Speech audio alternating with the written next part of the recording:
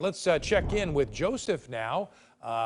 We really had quite a little string here the last several days, and now the smoke is not making things any easier for us. No, yeah, that combination of the heat and the smoke. I mean, the smoke over the last couple of days, it's some of the worst that we've had this summer. We've had some other bouts as well, but this weekend it was pretty tough. It is going to improve, though, as early as tomorrow, depending on where you're at, and eventually I think a majority of the state should see an improvement outside of some of the locations, probably to the south and closer to some of those wildfires that are a little more intense. Air quality tonight in the yellow to the green more so out to the coast. And then off towards the east here, we have kind of a medley of the orange, the yellow, and the red. And you can see that legend in the key right there, the moderate to about unhealthy.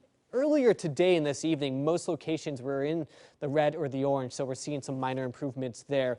As we go through the course of tomorrow, I do anticipate locations seeing air quality improvements. May take some time, but I think by tomorrow evening, especially west of the Cascades, the air quality should improve. Still air quality alert, though, for this whole section in gray. Notice that we have locations there along the northwest, Oregon coast, southwest, Washington, where it is not underneath this air quality warning. It's until noon on Monday, so it may take some time for some improvements, but I suspect by tomorrow in the afternoon, evening hours, we already notice improvements around here. It shows down towards McMinnville and Newburgh there, not under the air quality warning, but you still may be dealing with some issues there. It's not a hard cutoff, of course, with the air quality. All right, high-level smoke forecast. I'll show you what's going to happen as we go through tonight. And as we head into our Sunday, we'll start seeing some clearing going on from the west to the east.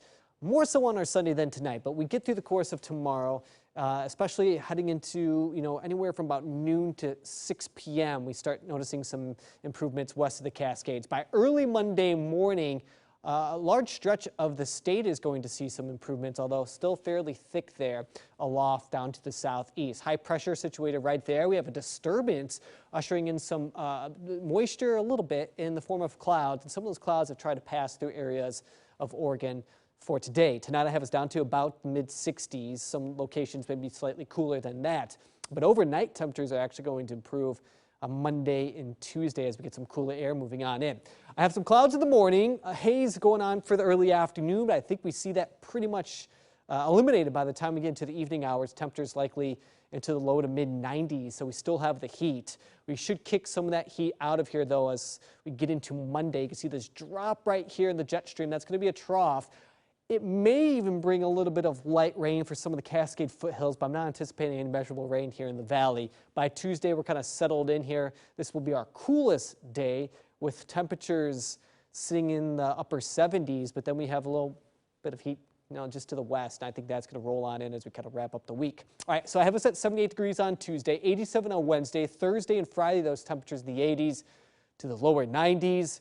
Tuesday's going to feel pretty good, but Wayne, we will see some improvements with the air quality and the smoke by tomorrow afternoon and evening, I think. Well, that is really good news there. Yes. All right. Thank you, Joseph. Still ahead.